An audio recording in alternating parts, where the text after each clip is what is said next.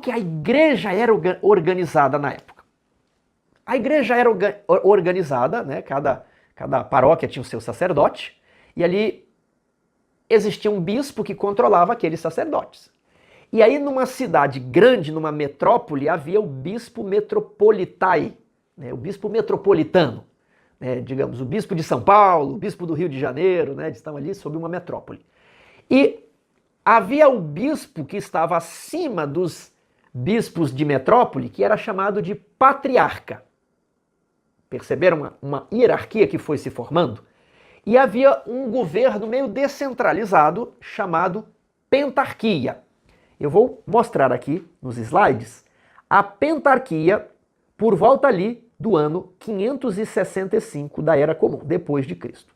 Então nós tínhamos o patriarca de Antioquia, nós tínhamos o patriarca de Alexandria. Antioquia era mais conservadora, Alexandria era mais liberal.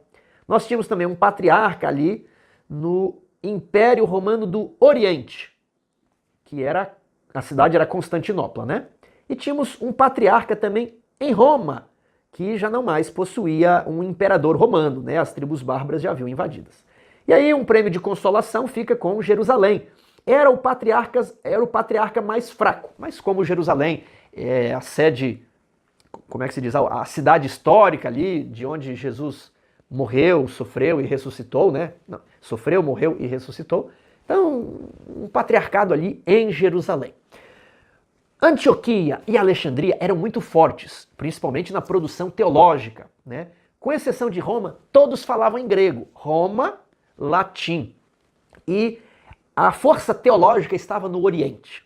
Porém, numa perspectiva jurídica, Roma era o patriarcado mais importante. Os imperadores enalteciam o patriarca de Roma. Havia dito que ele era o sucessor de Pedro, né?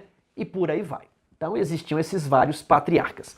O que aconteceu nos séculos seguintes foi a expansão muçulmana. Maomé teve as suas visões e ali os seus seguidores organizaram o Islã e o Islã veio varrendo tudo. Então o Islã derrubou o patriarca de Antioquia, o patriarca de Jerusalém, o patriarca de Alexandria, e o Islã governou toda essa área ali, ficou dominando tudo isso, o norte da África e o Oriente Médio, de modo que sobraram apenas dois grandes patriarcas, o patriarca de Roma e o patriarca de Constantinopla.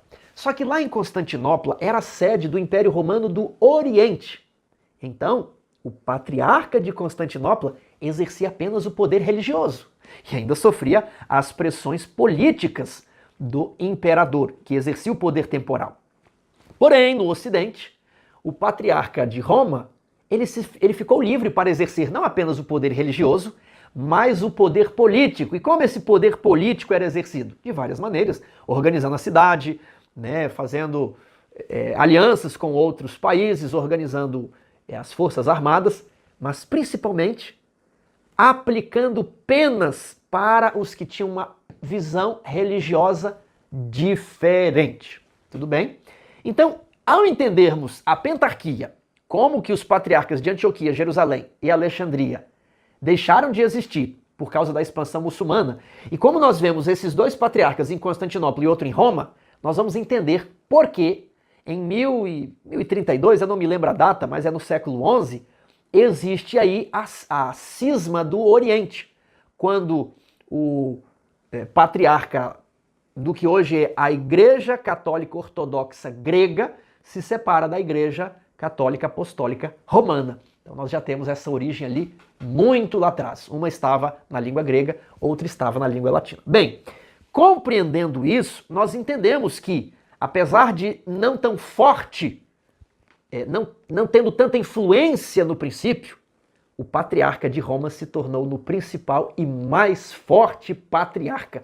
E ele governou sobre toda a Europa. E no capítulo 3 de O Grande Conflito menciona até um rei que discordou do Papa, ele foi excomungado e ele teve que vir pedir perdão ao Papa. E o Papa deixou ele 3 dias ajoelhado na neve, né, até que o Papa o recebesse e ele ajoelhasse. Então, tem uma frase, não sei se é de Albiginel ou do Gibbons, eu não me lembro, mas está no capítulo 3, de que a meia-noite do papado, aliás, o meio-dia do papado, foi a meia-noite do mundo.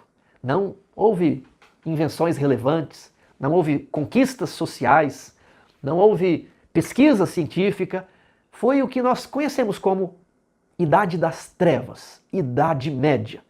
E podemos hoje estudar isso e ver que os princípios que afetam a liberdade de expressão e a liberdade de consciência produziram o que vimos ali na Idade Média.